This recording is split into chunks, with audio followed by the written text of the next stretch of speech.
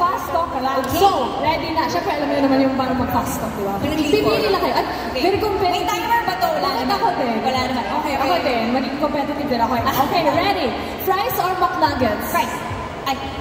Sabay kami. Oh, go. Fries. Nuggets. Okay, don't hesitate. Don't hesitate. Okay, Sunday or McFloat? Sunday. What flavor? Ako, ngayon, McFlurry pwede ba yun? Yung or yung matcha. Or pag Sunday caramel.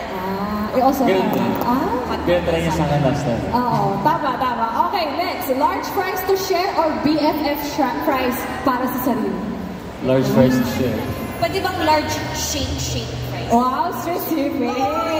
Anong flavor? Barbecue. May mga barbecue shake fries ba na? Fans? Yeah, shout out to you. Ako din. Actually, ang saya kasi ikaw yung gagawa ng sarili mo, di ba? Like, you put it in the bag, you put the fries, you put the powder. So, parang gusto ko siya. Gusto ko yung experience na yun before you get to eat the actual fries. May activity. Experience. Pinagpaguran bago Yes. I love it. Delayed gratification. Yes. Okay, next. Drive-through date or dine-in date?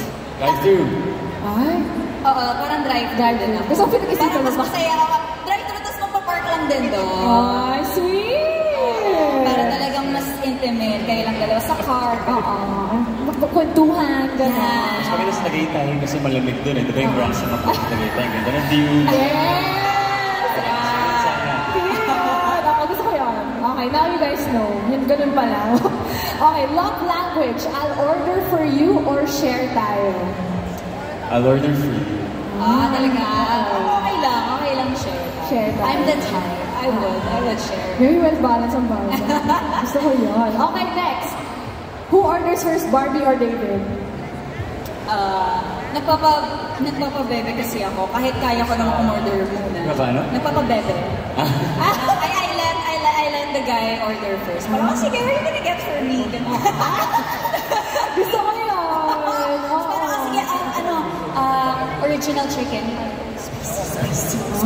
Mahilig ka sa spicy chicken McDo. Spicy. Do we have any spicy chicken McDo fans here? Anyone? We love it. Okay, next. We have, who is more likely to eat the last fry? Yung jacket. Si Barda siguro. Si Barda. Is that a resounding yes? I'm a bit of both kasi gusto ko yung crispy tsaka gusto ko yung medyo soft na. So yeah, I can eat the last fry. Okay, next. If Barda were a McDo order, a la carte or value meal? Value meal. Value meal ba? Bakit? Kasi kompleto kami together. Ako parang a la carte ako. Kasi parang gusto ko siya lang. Isa lang. Grabe! Loyal kasi tayo lahat. Loyal! At dahil dyan, may point kayo dyan. But honestly, who takes longer to decide their order? Barbie or David? Parang parehas kaming decided na, no? Yeah. Alam nila. Tatanungin ko siya, ready na siya. Paborito kasi namin talaga is may go-to order na kami talaga. Yeah. Ano yung go-to ko? Ang nuggets, sabi mo. Tama ba? Nuggets. Tapos dalawang, chicken, sabi mo kanina.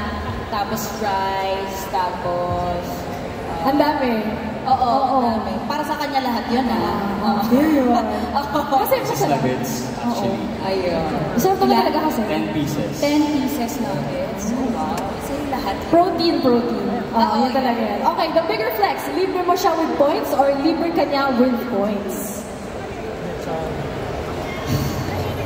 Kayo naglilibre or sila yung nanilibre? Libre namin each other with points. Wow! Yun yung bigger flex doon na parang equal share. Yes. Kasi parehas kami may app eh. Totoo. Flex namin parehas. Kaya mo akong ilibre with your points, I can also treat you with my points. Diba? At ngayon, dahil may My McDonald's rewards na pwedeng-pwede mo na ilibre with points. So thank you so much, Barbie and David, for giving us that fast talk. Once again, do you want to just say thank you to everybody and give a message to everybody who joined us here today? Maraming salamat again for coming here, and of course to McDonald's. Thank you so much for entrusting us this prestigious ambassadorship. Yes. You know, so thank you so much. And sa lahat din ng mga nandito, the media, the influencers, social media, content creators, thank you so much. And sa lahat ng mga nandito, sana ay kumain tayo sa McDonald's mamaya. Ayan, ako naman po gusto ko po magpasalamat sa inyong lahat for spending this holiday with us, with McDonald's to celebrate this event. Maraming salamat po. Again, we do encourage you to please install the app. Napakadali po niyang gamitin. Makikita niyo doon yung mga limited offerings nila. Tapos meron doon restaurant. So parang matatrack niya kung nasan ka. Tapos makikita mo yung mga nearby McDonald's na wala sa ibang food delivery apps. Kaya isa lang yan sa mga perks ng mismong McDonald's app. And syempre the rewards, yung points talaga. Kasi every order may points ka eh. Hindi ka talaga titipirin ng McDonald's. Talagang laging may point yan. So sana ay you get to support and install the McDonald's app. Thank you so much. Yes, and straight from Barbie na